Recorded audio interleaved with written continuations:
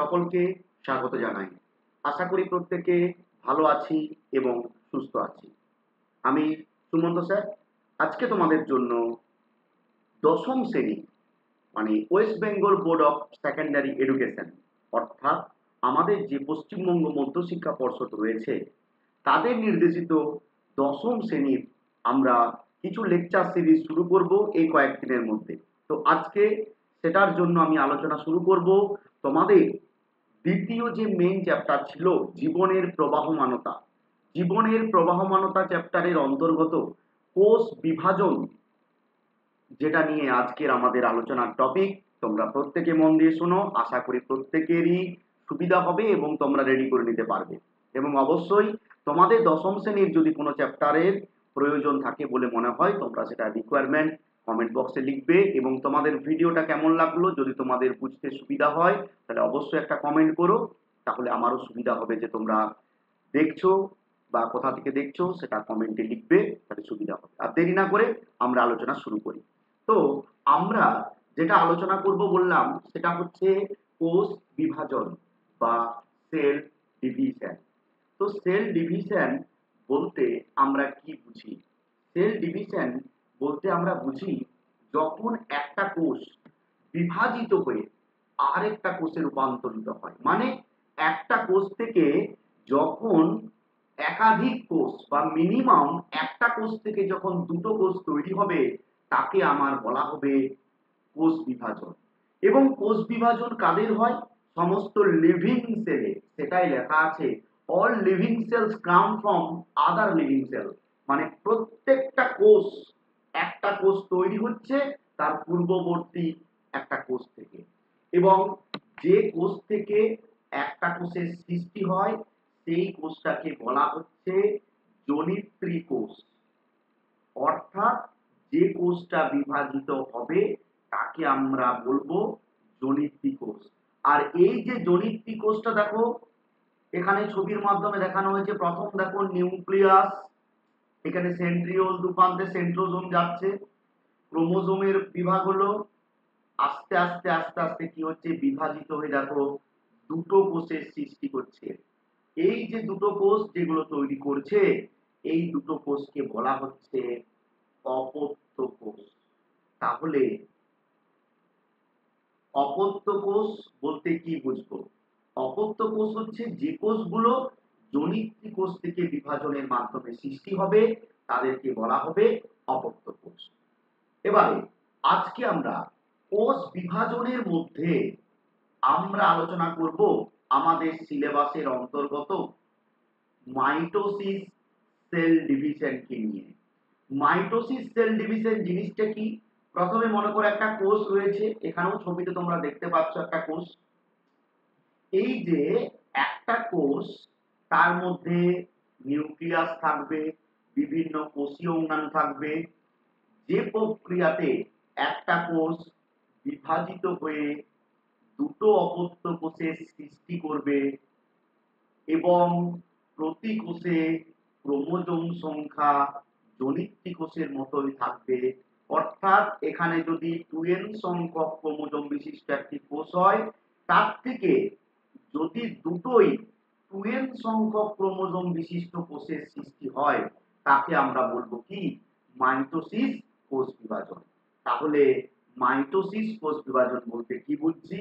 যখন একটা কোষ বিভাজিত হয়ে দুটো কোষ সৃষ্টি হবে এবং প্রতিটি কোষের ক্রোমোজোম সংখ্যা জনিত্রী কোষের মতোই থাকবে তাকে আমরা বলবো মাইটোসিস কোষ বিভাজন। তো এই মাইটোসিস কোষ বিভাজনটা কিভাবে ঘটবে? মানে নরমালি কোষ বিভাজনটা দু রকম দেখতে পাবো, এক হচ্ছে মাইটোসিস, দুই হচ্ছে মিওসিস। এবারে মাইটোসিসটা সংগঠিত হবে কোথায়? আজকে মেনলি মাইটোসিস নিয়ে আলোচনা করব। মাইটোসিস সম্পাদিত হবে সোমাটিক সেল অর্থাৎ জীবদেহের দেহকোষ অর্থাৎ দেহ মাতৃকোষ। তাহলে দেহ মাতৃকোষে অর্থাৎ আমাদের দেহের যেগুলো দেহকোষ, দেহ মাতৃকোষে মাইটোসিস কোষ বিভাজন সম্পাদিত হবে। আর মিওসিস কোথায় হবে? মিওসিস হবে জনন মাতৃকোষে। মিওসিস হবে কোথায়? জনন মাতৃকোষের, যেমন শুক্রাণু মাতৃকোষ, ডিম্বাণু মাতৃকোষ। তো এই যে সেল ডিভিশন, তার মধ্যে সোমাটিক সেল বা দেহকোষ বা ভেজিটেটিভ সেল বলতে কি বুঝলাম, যে আমাদের দেহের যে কোষগুলো, যেগুলো নতুন প্রজন্মতে তৈরি মানে একটা প্রজন্ম থেকে আরেকটা প্রজন্মে বয়ে নিয়ে চলে না, যেটা অর্থাৎ কোন একটা জীবদেহের দেহ গঠনে যেগুলো সাহায্য করবে সেগুলোকে বলবো সোমাটিক সেল। আর যেগুলো জনন কোষের সাহায্য করবে তৈরিতে সেগুলোকে বলা হবে জার্ম সেল। এবারে তোমাদেরকে এই যে 2n কথাটা লিখছিলাম, অর্থাৎ একটা ডিপ্লয়েড কোষ। ডিপ্লয়েড কোষ মানে কি, যে কোষের ক্রোমোজোম সংখ্যা হবে দুটো সেট। মানে আমাদের, আমি যদি মনে করি আমাদের প্রত্যেকটা জীবের মধ্যে ক্রোমোজোম আছে। এবারে আমরা যদি ভালো করে দেখি মানব দেহে ক্রোমোজোম কতগুলো আছে না, 46টা ক্রোমোজোম আছে, এবং 46টা ক্রোমোজোম দুটো সেটে আছে। মানে আমাদের শরীরে প্রত্যেকটা ক্রোমোজোম দুটো দুটো করে আছে। মানে একটা সেটে আছে 23টা, আর একটা সেটেও আছে কিন্তু 23টা। এই যে 23টা করে ক্রোমোজোম, এই একটা সেট, অর্থাৎ একটা ক্রোমোজোমের সম্পূর্ণ সেটকে আমরা বলে থাকি জিনোম। সেটকে বলে থাকবো জিনোম। সেটকে বলে থাকবো জিনোম। অর্থাৎ ক্রোমোজোমের নির্দিষ্ট ক্রোমোজোমের সেটকে বলা হয়ে থাকবে কি জিনোম। তাহলে জিনোম হচ্ছে হ্যাপ্লয়েড সেট অফ ক্রোমোজোম। যাদের শরীরে এরকম ক্রোমোজোমের সেট দুটো রয়েছে তাদেরকে আমরা কি বলবো, তাদেরকে বলবো আমরা ডিপ্লয়েড জীব। অর্থাৎ যাদের শরীরে দুটো ক্রোমোজোমের সেট থাকবে তাদেরকে আমরা কি বলবো, ডিপ্লয়েড সেট, বা সেটাকে বলা হবে 2n। আর যাদের শরীরে এরকম দুটো সেটের পরিবর্তে একটা ক্রোমোজোমের সেট থাকবে, যেমন শুক্রাণু হচ্ছে n, কতগুলো ক্রোমোজোম থাকবে 23টা। ডিম্বাণুতে কতগুলো থাকবে 23টা, সেগুলোকে বলা হবে হ্যাপ্লয়েড। তাহলে পরীক্ষাতে কোশ্চেন করবে ডিপ্লয়েড কি, জীবদেহে ক্রোমোজোমের যে সেট সেটা যদি দুটো থাকে বা জিনোম সেট যদি দুটো থাকে তাহলে ডিপ্লয়েড বা 2n, আর যদি একটা থাকে তাহলে হ্যাপ্লয়েড। তো কোষ বিভাজন ডিপ্লয়েড সেলের ক্ষেত্রেই আমরা দেখব। তো তার মধ্যে আমরা এরপর আজকে প্রথম দেখব মাইটোসিস কোষ বিভাজন। তো মাইটোসিস কোষ বিভাজনে কি বললাম, একটা জনিত্রী কোষ থেকে দুটো কোষ তৈরি হবে এবং প্রত্যেকটা কোষের ক্রোমোজোম সংখ্যা হবে জনিত্রী কোষের মতো একই থাকবে। তার জন্য এই কোষগুলোর, যেহেতু জনিত্রী কোষ এবং তার থেকে যে অপত্য কোষগুলো তৈরি হচ্ছে, উভয়ের ক্রোমোজোম সংখ্যা যেহেতু একই থাকে, তাই মাইটোসিস কোষ বিভাজনকে বলা হবে সদিশ বিভাজন। পরীক্ষাতে শর্ট কোশ্চেন পড়বে মাইটোসিস কোষ বিভাজনকে কেন সদিশ বিভাজন বলা হয়। কেন সদিশ বিভাজন বলা হবে, কারণ মাইটোসিস পদ্ধতিতে যে অপত্য কোষগুলি সৃষ্টি হবে প্রতিটির ক্রোমোজোম সংখ্যা জনিত্রী কোষের সাথে সমান সংখ্যক ক্রোমোজোম থাকবে। এটা একটা মাধ্যমিক পরীক্ষার জন্য গুরুত্বপূর্ণ প্রশ্ন কিন্তু। ঠিক আছে, নেক্সট। এবারে মাইটোসিস যে কোষ বিভাজনটা, আমরা এমনিতেই বলেছিলাম কোষ বিভাজন যখন হবে সেটা মেন দুটো ধাপে হবে। প্রথমে হবে ক্যারিওকাইনেসিস, তারপরে হবে সাইটোকাইনেসিস। তো ক্যারিওকাইনেসিস অর্থাৎ নিউক্লিয়াসের বিভাজন আমরা দেখতে পাচ্ছি কোষের মধ্যে স্টেপ বাই স্টেপ। দেখো নিউক্লিয়াসটা কেমন ভাবে বিভাজিত হচ্ছে, তারপরে সেই স্টেপে সাইটোপ্লাজম বিভাজিত হচ্ছে। তাহলে কোষ বিভাজন, যে কোনো কোষ বিভাজনই হোক না কেন, ক্যারিওকাইনেসিস মানে নিউক্লিয়াসের বিভাজন, তারপরে হবে সাইটোকাইনেসিস।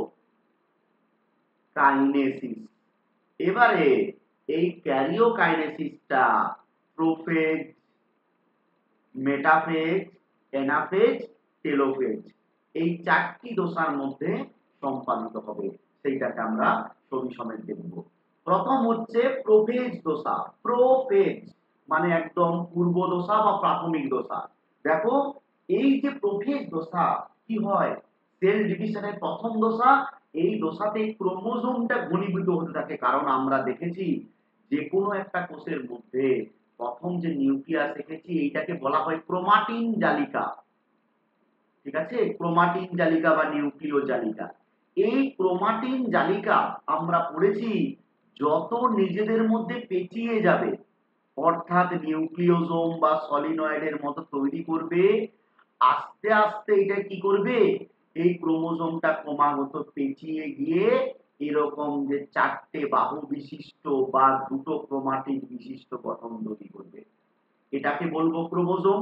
তাহলে ক্রোমোজোম হতে গেলে কি হতে হবে, ক্রোমাটিন জালিকাটা ঘনীভূত হতে হবে, সেটাই দেওয়া আছে প্রথম স্টেপে, যে ক্রোমাটিন জালিকাটা ক্রমাগত ঘনীভূত হচ্ছে, দিয়ে ক্রোমোজোমটা তৈরি করবে, এটাকে বলবো প্রোফেজ।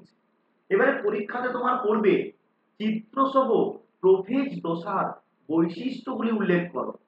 তো প্রোফেজ দশায় কি হয়, এই যে আমরা একটা কোষের মধ্যে এই যে ক্রোমাটিন জালিকা ছিল, এই ক্রোমাটিন জালিকাটা আস্তে আস্তে ঘন হচ্ছে এবং এই বাইরে যে নিউক্লিয় পর্দা, সেই পর্দাটা আস্তে আস্তে আস্তে আস্তে কি হয়ে যাবে, মুছে যাবে, এইটাকে বলা হবে, অর্থাৎ নিউক্লিয় পর্দা অবলুপ্ত হবে।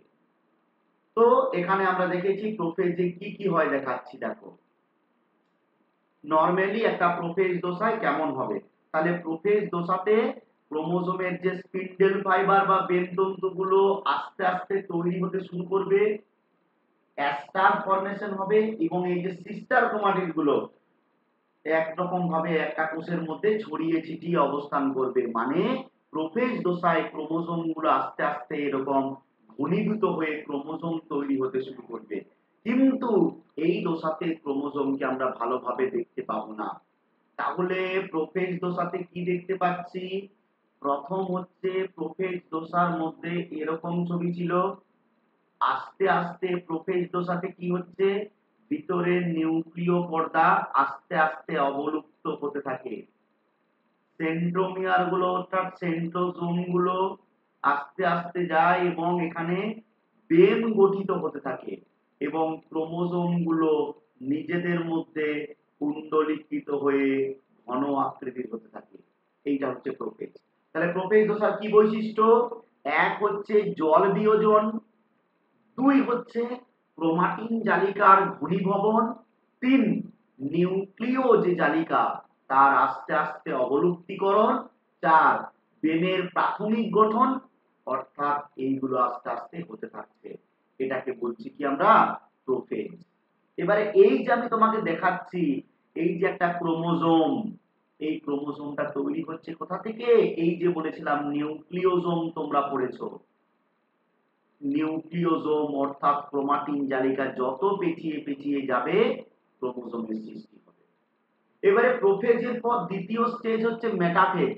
মেটা কথার অর্থ হচ্ছে মাঝে, অর্থাৎ যখন একটা কোষের ক্রোমোজোম গুলো, আগের স্টেপে তো ক্রোমোজোম তৈরি হচ্ছিল, এরপর ক্রোমোজোম গুলো তৈরি হয়ে যখন কোষের মাঝ বরাবর অবস্থান করবে তখন তাকে বলা হবে মেটাফেজ। তাহলে এই যে একদম ছবি সমেত তোমাকে মুখস্থ করতে হবে, ছবি আর তিন চারটে করে বৈশিষ্ট্য এখানে মুখস্থ হয়ে যাবে। দেখো প্রথম, নিউক্লিয় পর্দা সম্পূর্ণরূপে অবলুপ্ত হবে, প্রোফেজ দশা থেকে শুরু হয়েছিল, মেটাফেজ দশা প্রথমেই নিউক্লিয় পর্দা সম্পূর্ণরূপে অবলুপ্ত হয়ে যাবে, ক্রোমোজোম গুলো নিরক্ষীয় অঞ্চল বা বিষুব অঞ্চল বরাবর সজ্জিত হবে এবং ক্রোমোজোমের এই বিশেষ সজ্জাকে বলা হবে মেটাফেজ প্লেট। মানে মেটাফেজ প্লেট বলা হয়ে থাকে, তারা ক্রোমোজোম গুলো মাঝ বরাবর অবস্থান করবে এবং প্রোফেজের শেষ দিকে বেম তন্তু বা বেম গুলো গঠিত হচ্ছিল, এখানে দেখো বেম তন্তু গুলো সুন্দর করে গঠিত হয়েছে আর সেন্ট্রিওল গুলো থেকে সেন্ট্রোজোম গঠিত হবে এবং এই যে বেম গুলো গঠিত হবে, এই বেম গুলো হচ্ছে দুরকম, একটা হচ্ছে কন্টিনিউয়াস বা নিরবিচ্ছিন্ন তন্তু আর কিছু তৈরি হবে ডিসকন্টিনিউয়াস। তো এইগুলো ক্রোমোজোমের সাথে আস্তে আস্তে যুক্ত হবে। তাহলে মেটাফেজ দশার কি কি বৈশিষ্ট্য পড়লাম, মেটাফেজ দশায় ক্রোমোজোম গুলি কোষের মাঝ বরাবর থাকবে, মেটাফেজ দশাতে বেম তন্তুগুলি গঠিত হয়ে ক্রোমোজোমের সাথে যুক্ত হবে, সেন্ট্রিওল থেকে সেন্ট্রোজোম গঠিত হবে, নিউক্লিয় পর্দা সম্পূর্ণরূপে অপসারিত হবে। এটা গেল মেটাফেজ। অরিজিনাল যখন আমরা ছবিটা দেখব, অর্থাৎ পেঁয়াজের রুট টিপ থেকে যদি আমরা ছবিটা দেখি, এরকম সুস্পষ্ট, এরকম দেখো মাঝ বরাবর ক্রোমোজোম গুলো রয়েছে, এটাকে বলছি আমরা কি? মেটাফেজ। এটা কিন্তু অরিজিনাল প্র্যাকটিক্যাল করার সময় এই ছবিগুলো কিন্তু লক্ষ্য করা যায়। ঠিক আছে, নেক্সট মেটাফেজের ছবি এঁকে দিয়েছে একটা, এই যে দেখো বেম গুলো গঠিত হচ্ছে, এগুলো হচ্ছে কন্টিনিউয়াস তন্তু। এই যেগুলো মানে এক মেরু থেকে বিপরীত মেরু পর্যন্ত যারা আছে, যাদেরকে বলা হচ্ছে নিরবিচ্ছিন্ন তন্তু, তারা কি ক্রোমোজোম গুলোকে ধরে রেখেছে। আর যেগুলো দু প্রান্তের মাঝে গ্যাপ আছে, যদি এরকম এই যে লাল কালিতে আমি আঁকছি, এইগুলোকে বলা হবে কি? বিচ্ছিন্ন তন্তু। Next 3 number anaphase. যখনই মেটাফেজ হলো, তার পরের স্টেপে ওই যে ক্রোমোজোমের যে সেন্ট্রোমিয়ার, এই সেন্ট্রোমিয়ার অঞ্চলে বেম তন্তুগুলো যুক্ত হয়ে কি করবে? ক্রোমাটিড বরাবর ক্রোমোজোমকে দুটোতে ভেঙে দেবে। দেখো 4টে ক্রোমোজোম ছিল, যে কি হলো? প্রত্যেকটা ক্রোমোজোম গুলো ভেঙে গেল। দেখো এক, এইটা এইটা এইটা এইটা, এবং দেখো বেম গুলো দেখো দু প্রান্তে নিয়ে যাচ্ছে। তাহলে প্রথম ঘটনা কি হলো? এখানে নিরবিচ্ছিন্ন তন্তুগুলি ক্রোমোজোমের সেন্ট্রোমিয়ার অঞ্চলে যুক্ত হয় এবং তাদের বিভাজন ঘটিয়ে ক্রোমাটিডগুলিকে দু প্রান্তে নিয়ে যায়। এই ধরনের দু প্রান্তে গমনকে বলা হচ্ছে অ্যানাফেজিও চলন। অ্যানাফেজিও চলন। তাহলে অ্যানাফেজিও চলন তোমাদের পরীক্ষাতে কোশ্চেন পড়বে। মেটাফেজ প্লেট কাকে বলে কোশ্চেন পড়বে। অ্যানাফেজিও চলন কি? যে আমরা দেখতে পাবো অ্যানাফেজ দশাতে ক্রোমোজোম গুলো ক্রোমাটিডে বিভক্ত হয়ে দু প্রান্তে গমন করছে, তাকে আমরা কি বলবো? অ্যানাফেজিও চলন। এখানে কি হবে? নিরবিচ্ছিন্ন তন্তুগুলো দু প্রান্তে নিয়ে যাবে, সেন্ট্রোজোম অবস্থান করবে। বৈশিষ্ট্যগুলো না আসে ছবির সাথে লিখতে পারবে। দেখো অরিজিনাল ছবিটা যেটা হয়, সেটা একটা তোমাকে দেখিয়েছি। এই অরিজিনাল ছবিটা তোমাকে দেখিয়েছি যে ক্রোমোজোম গুলো কি করে ভাগ হয়ে যাচ্ছে ক্রোমাটিডে। এবারে যে ক্রোমাটিডে ভাগ হলো, সেই ক্রোমাটিড গুলোকেই এক একটা ক্রোমোজোমের মতো মনে করা হয়। পরবর্তীতে যখন এনাফেজ যে দু প্রান্তে চলে গেল, দু প্রান্তে গমন হলো, তারপরে স্টেজ সেটা হচ্ছে টেলোফেজ। যখনই দু প্রান্তে ক্রোমোজোম গুলো গমন হলো, তখনই সাইটোকাইনেসিস শুরু হলো। অর্থাৎ প্রাণী কোষ হলে ক্লিভেজ পদ্ধতি। ক্লিভেজ মানে কি? একটা কোষে দু প্রান্ত বরাবর ভাগ হতে শুরু করবে, সেটাকে বলা হবে ক্লিভেজ। এবারে কি হলো? এই যে দু প্রান্তে ক্রোমাটিড গুলো ছিল, ওই ক্রোমাটিড গুলো আস্তে আস্তে জল যোগ হতে শুরু করলো। প্রোফেজের ঠিক উল্টো, নিউক্লিয় পর্দা আসতে শুরু করলো, এবং ওই ক্রোমোজোম গুলো যে ক্রোমাটিড ছিল, সেগুলো ক্রোমাটিন জালিকাতে রূপান্তরিত হয়ে গেল, নিউক্লিয় পর্দা ফিরে এলো। তার ফলে কি হলো? দু প্রান্তে এরকম দেখো ঘটনা তৈরি হলো, আর কোষটার দু প্রান্ত থেকে মাঝ বরাবর খাঁজ তৈরি হলো। এটাকে বলা হচ্ছে ক্লিভেজ। এই যে প্রথমে ছবিটা দেওয়া আছে। আর উদ্ভিদ কোষ যদি হয়, তাহলে কোষটা কি হবে? ক্লিভেজ হবে না। ওই কোষটার দু প্রান্তে এরকম ঘটনা ঘটছে, মাঝ বরাবর কি হবে? কোষ প্রাচীর তৈরি হবে। কোষ প্রাচীর তৈরি হবে, দুটো কোষ একসঙ্গেই থাকবে। ঠিক আছে, এটাকে বলা হচ্ছে টেলোফেজ দোষ। তাহলে টেলোফেজ দশার চিত্রসহ বৈশিষ্ট্য, তাহলে নিউক্লিয় পর্দা পুনরায় ফিরতে শুরু করবে, ঠিক প্রোফেজের উল্টো। জল যোজন হতে শুরু করবে, নিউক্লিওলাস ফিরে আসবে, ক্রোমাটিন জালিকাগুলো কুণ্ডলীকৃত গুলো খুলতে থাকবে, দু প্রান্তে অবস্থান করবে, ক্লিভেজ পদ্ধতি শুরু হবে প্রাণী কোষে, উদ্ভিদ কোষে সেল প্লেট তৈরি হবে। বাস, এটা গেল টেলোফেজ। টেলোফেজ দশাটার পর কি আসবে? সাইটোকাইনেসিস। এই যে বলছিলাম প্রাণী কোষে ক্লিভেজ হয়, দেখো একটা কোষ কিভাবে দেখো ভিতরের দিকে ভাঁজ হচ্ছে। একটা সুন্দর ছবির মাধ্যমে মাইক্রোস্কোপে এবং ইলেকট্রন মাইক্রোস্কোপে তোলা ছবি তোমাদেরকে আমি ফোকাস করছি, সেটাতে দেখতে পাবে কি করে ক্লিভেজটা হচ্ছে প্রাণী কোষের ক্ষেত্রে। ভাগ হচ্ছে। ঠিক আছে, এবারে ক্লিভেজের পর সাইটোকাইনেসিস হবে। সাইটোকাইনেসিস আমরা পরে পড়ব। আমরা মেন বললাম মাইটোসিস বিভাজন। এবারে উদ্ভিদ এবং প্রাণী কোষের মাইটোসিসের মধ্যে একটু পার্থক্য আছে। প্রাণী কোষে মাইটোসিস বিভাজনে গুরুত্বপূর্ণ ভূমিকা পালন করবে ওই সেন্ট্রিওল থেকে সৃষ্ট সেন্ট্রোজোম, কিন্তু উদ্ভিদ কোষে কোনো সেন্ট্রিওল থাকবে না। কে থাকবে? মাইক্রোটিউবিউল। তাহলে মনে রাখবে, উদ্ভিদ কোষে বেম গঠন করবে কে? মাইক্রোটিউবিউল। প্রাণী কোষে বেম গঠন কে করবে? সেন্ট্রিওল। উদ্ভিদ কোষে হবে ক্লিভেজ পদ্ধতিতে, ক্লিভেজ এবং ফারক। প্রাণী কোষে হবে কি? কোষ পাত গঠনের মাধ্যমে। তাহলে এইটা হচ্ছে কি? মাইটোসিস। তারও ছবিগুলো আমি পর পর তোমার এখানে দিয়ে রেখেছি তোমার সুবিধার জন্য। মাইটোসিস ডিভিশনটা স্টেপ বাই স্টেপ সবগুলোই দিয়ে রাখলাম। এবারে এই যে দেখো, প্রথম স্টেপে ক্রোমোজোম একসাথে আছে, দ্বিতীয় স্টেপে ক্রোমোজোমটা মাঝ বরাবর এলো, 3 নাম্বার ক্রোমোজোমটা ক্রোমাটিডে ভাগ হলো, 4 নাম্বার টেলোফেজে দু প্রান্তে গেল, আবার প্রোফেজের ঠিক উল্টো অবস্থা হতে শুরু করলো, সাইটোকাইনেসিস হলো, দুটো কোষ হয়ে গেল। তাহলে আমি কি বলেছিলাম? মাইটোসিসে 2n সংখ্যক একটা কোষ থেকে 2n সংখ্যক দুটো কোষ তৈরি হবে, তাই এটাকে বলা হবে সমবিভাজন। এবারে এই যে মাইটোসিস বলছি, এই মাইটোসিসটা কোথায় কোথায় হয়? আমাদের ভ্রূণ, আমাদের দেহকোষ, আমাদের বিভিন্ন রকমের যে অন্ত্রগুলো রয়েছে সেগুলোতে প্রত্যেকটা ম্যাক্সিমাম কোষেই মাইটোসিস হবে। এবারে এই মাইটোসিসের কি কি উপকার বা মাইটোসিসের গুরুত্ব, এরপর সংক্ষেপে তোমরা একটু পড়ে নেবে। মাইটোসিস কোষ বিভাজনের গুরুত্ব মোস্ট ইম্পর্টেন্ট তোমাদের পরীক্ষার জন্য। মাইটোসিসের মেন তিনটে। প্রথম হচ্ছে গ্রোথ, আমাদের যে বৃদ্ধি হচ্ছে কিসের জন্য হচ্ছে? কোষ বিভাজনের জন্য। তাহলে এই যে এক একটা কোষ ক্রমাগত বিভাজিত হচ্ছে, এই বিভাজিত হওয়ার জন্য কিন্তু কি দরকার? যে কোষ বিভাজন, সেটা হচ্ছে মাইটোসিস, অর্থাৎ জীবদেহের বৃদ্ধির জন্য লাগবে মাইটোসিস।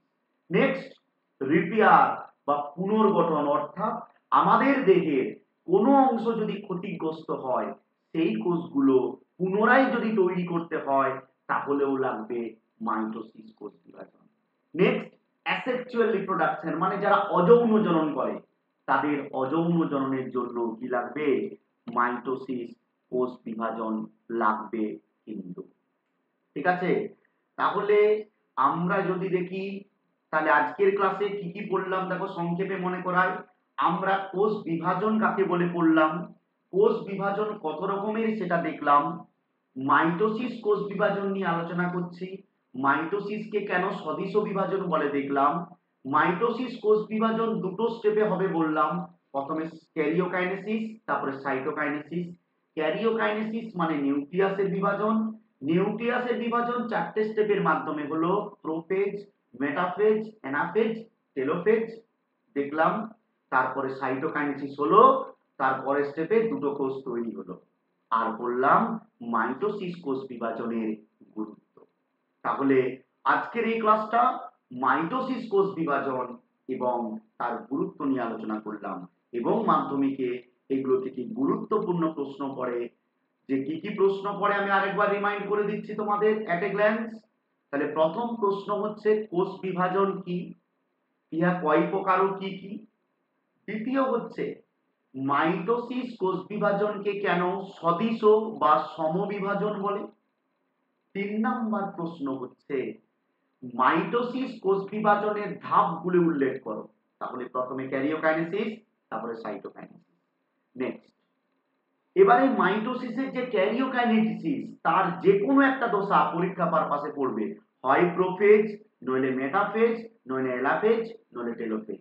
চারটে দশার বৈশিষ্ট্য সহ চিত্র তোমাকে চিত্র সহ করতে হবে। প্রোফেজ দশায় কি কি হয় ছবি সমেত তুমি চারটে করে বৈশিষ্ট্য করলে। এবারে পড়বে মেটাফেজ প্লেট কাকে বলে, অর্থাৎ ক্রোমোজোমগুলি যখন নিরক্ষরেখা বা বিষুবরেখা অঞ্চল বরাবর কোষের মাঝে অবস্থান করে তাকে বলা হচ্ছে মেটাফেজ প্লেট। অ্যানাফেজীয় চলন কাকে বলে, যখন বেমতন্তু সহযোগিতায় ক্রোমাটিডের ক্রোমোজোমের সেন্ট্রোমিয়ার বরাবর ক্রোমোজোমটা ভেঙে যাবে, দু প্রান্তে চলন ঘটবে, তাকে অ্যানাফেজীয় চলন ঘটবে। এবারে বলবে কোন দশাতে ক্রোমোজোমকে ভালোভাবে দেখা যায়, সেটা হচ্ছে মেটাফেজ। দেখতে পেলে মেটাফেজে মাঝে এলো এবং ক্রোমোজোমকে আমরা সুস্পষ্টভাবে দেখতে পাবো। টেলোফেজ দশার বৈশিষ্ট্যগুলি লিখলে, তারপরে উদ্ভিদ কোষে সাইটোকাইনেসিস হবে কোষপাত গঠনের মাধ্যমে, প্রাণী কোষের সাইটোকাইনেসিস হবে ক্লিভেজ পদ্ধতির মাধ্যমে। ক্লিভেজ কি, কোষপাত গঠন কি, তারপরে মাইটোসিস কোষ বিভাজনের গুরুত্ব কি, একদম ভালো করে করব। এটা 3 নম্বরের একটা কোশ্চেন করতে পারে। মাইটোসিস কোষ বিভাজনের গুরুত্ব পরে যখন পড়বো, মাইটোসিস মিওসিসের মধ্যে পার্থক্য কিন্তু পড়ে। তাহলে এই হলো আজকের ক্লাস।